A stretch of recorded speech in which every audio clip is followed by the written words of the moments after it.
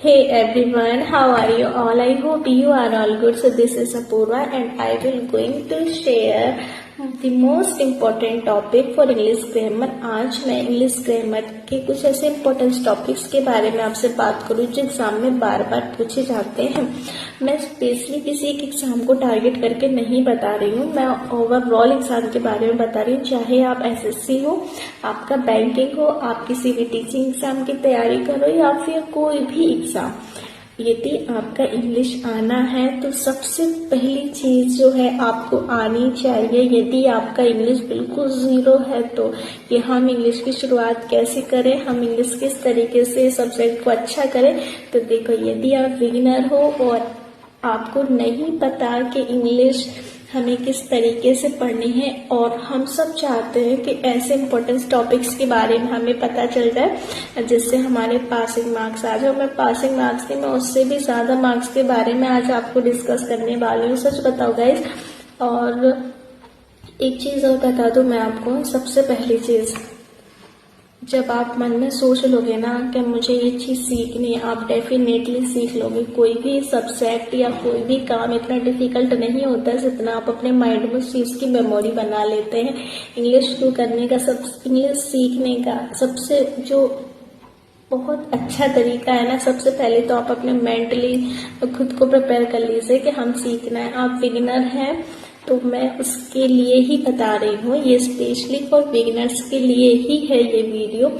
English start कैसे करनी है आपको बिल्कुल नहीं आती तो आप ट्रांसफॉर्मेशन से स्टार्ट कीजिए। Transformation of sentence means to say, आप सेंटेंस के स्ट्रक्चर को समझिए। सेंटेंस क्या होता है, अफर्मेटिव टू नेगेटिव कैसे बनाते हैं, इंटेरोगेटिव टू नेगेटिव कैसे बनाते हैं, कन्वर्ट कैसे करते हैं सेंटेंस को, सेंटेंस क्या होता है, सब्जेक्ट वर्ब ऑब्जेक्ट को मिलाकर सेंटेंस बनता है, सब्जेक्ट को हम किस तरीके से पढ़ते हैं।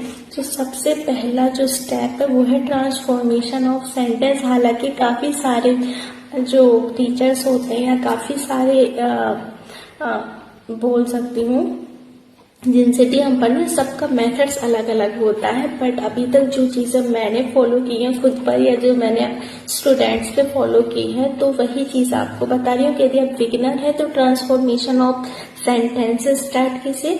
इसके बाद नेक्स्ट स्टेप आपका आता है पार्ट ऑफ स्पीच। आप पार्ट ऑफ स्पीच को पढ़िए।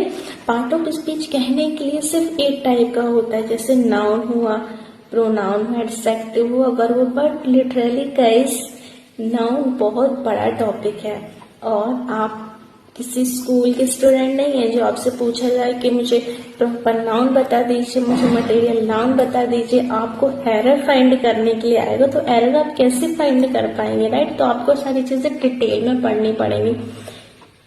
छोटे छोटे स्टेप्स से ही बहुत सारी चीजों को सीखते हैं।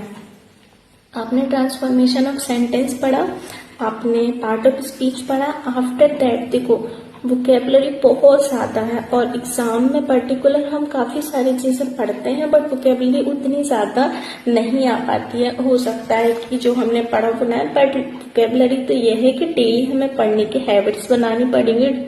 4, 5 टाइम्स डेली जितना भी आप पढ़ सकते हो उतना पढ़ो। हमने पार्ट ऑफ स्पीच पढ़ लिया। आफ्टर दैट फिर हमें नरेशन पढ़ना है। आपने सुना होगा नरेशन बहुत बड़ा चैप्टर है, हम कैसे रेडी करेंगे नरेशन। मुझे लगता है सबसे ज्यादा इजी है यदि आपको टेंस आते हैं तो, क्योंकि टेंस तो आपको पढ़ने पड़ेंगे। बिना टेंस के तो कुछ भी कवर नहीं कर पाओ, बिना टेंस के आप नरेशन कर ही नहीं सकते। सो पार्ट ऑफ स्पीच के बाद आपको टेंस पढ़ना पड़ेगा। आप टेंस पढ़िए। टेंस हमारे 12 होते हैं, प्रेजेंट, पास्ट, फ्यूचर 3 होते हैं, फिर इनके टाइप्स होते हैं, उनको पढ़िए आप। इनको पढ़ने के बाद फिर आप नरेशन को पढ़िए। नरेशन को पढ़ने के बाद आप वॉइस को पढ़िए और आप इनको जब पढ़ो ना, ये सब एक दूसरे से रिलेट करके हैं। आप ये सोचोगे कि मैं पहले नरेशन पढ़ लूं, से इम्पॉसिबल है, आप सीख ही नहीं पाओगे। आप चाहते हो कि मुझे बहुत ऊपर वाली सीढ़ी पर जाना है, बट उससे पहले आपको छोटे छोटे स्टेप्स को फॉलो करना पड़ेंगे। सो इंग्लिश को बेसिक से स्टार्ट करने का सबसे जो बेहतर तरीका है वो मैंने आपको बता दिया है कि आप ट्रांसफॉर्मेशन ऑफ सेंटेंसेस स्टार्ट कीजिए। आप पहले सीखिए, सेंटेंस को सीखिए और एग्जाम में ये आपका कॉम्पिटिटिव एग्जाम है, आप गवर्नमेंट जॉब का एग्जाम देने जा रहे हैं। सो आपको ये चीजें इस तरीके से नहीं पूछेगा कि इसका नाउन बताओ कौन सा है, प्रॉपर है, मटेरियल ऑफ ये सारी चीजें नहीं पूछे, आपसे एरर फाइंड करने को आएंगी। चाहे नाउन में हो, प्रोनाउन पढ़ा हो, वर्ब पढ़ा हो, कुछ भी पढ़ा हो, फिर तो मिसलेनियस होगा। और सारी चीजों को सॉल्व आप तभी कर पाओगे जब ये सारे टॉपिक्स आपके कंप्लीट होंगे। सो ग्रामर को स्टार्ट करने से पहले कुछ बेसिक से जो टॉपिक्स है उनको कंप्लीट करो, तब जाकर आप ग्रामर बहुत अच्छा सीख पाएंगे। और आई होप गाइस आप इतने टॉपिक्स को तो कंप्लीट कीजिए, बाकी तो मैं हूँ आपको आगे के लिए गाइड करने के लिए, बट छोटे छोटे टॉपिक इनको कवर कीजिए क्योंकि एग्जाम इन्हीं टॉपिक से आता है। और इंग्लिश क्या आप और PYQ भी उठाकर देखोगे ना तो आपको टेंस मिलेगा, पार्ट ऑफ स्पीच मिलेगा मोस्टली, और जो भी क्वेश्चन आएंगे मोस्टली एरर्स फाइंड। और एरर फाइंड आप तभी कर पाएंगे जब आपके ये सारे टॉपिक्स कंप्लीट होंगे। So thanks for watching my blog. अच्छा लगे तो please like, comment, share and subscribe जरूर कीजिएगा। एंड यदि आप किसी और टॉपिक के बारे में पूछना चाहते हैं तो वो भी कमेंट सेक्शन में लिखिएगा, उसका भी मैं रिप्लाई करने की पूरी कोशिश करूंगी। So thanks to all of you.